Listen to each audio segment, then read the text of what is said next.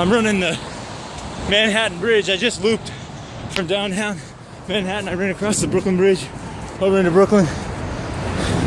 Now, running back into Manhattan, trying to get there in time for breakfast. It's a blizzard, baby. I'm about 4 miles into my run, and it's forecasted that there's to be a winter storm for the next couple of days to rival the 1947 blizzard that they got 26 inches. And they also got them in 2006. So it should be a big storm. We're hoping we get our flight out. But for now, I'm just enjoying the winter weather and a little jog outside, freezing my tail off, but loving it.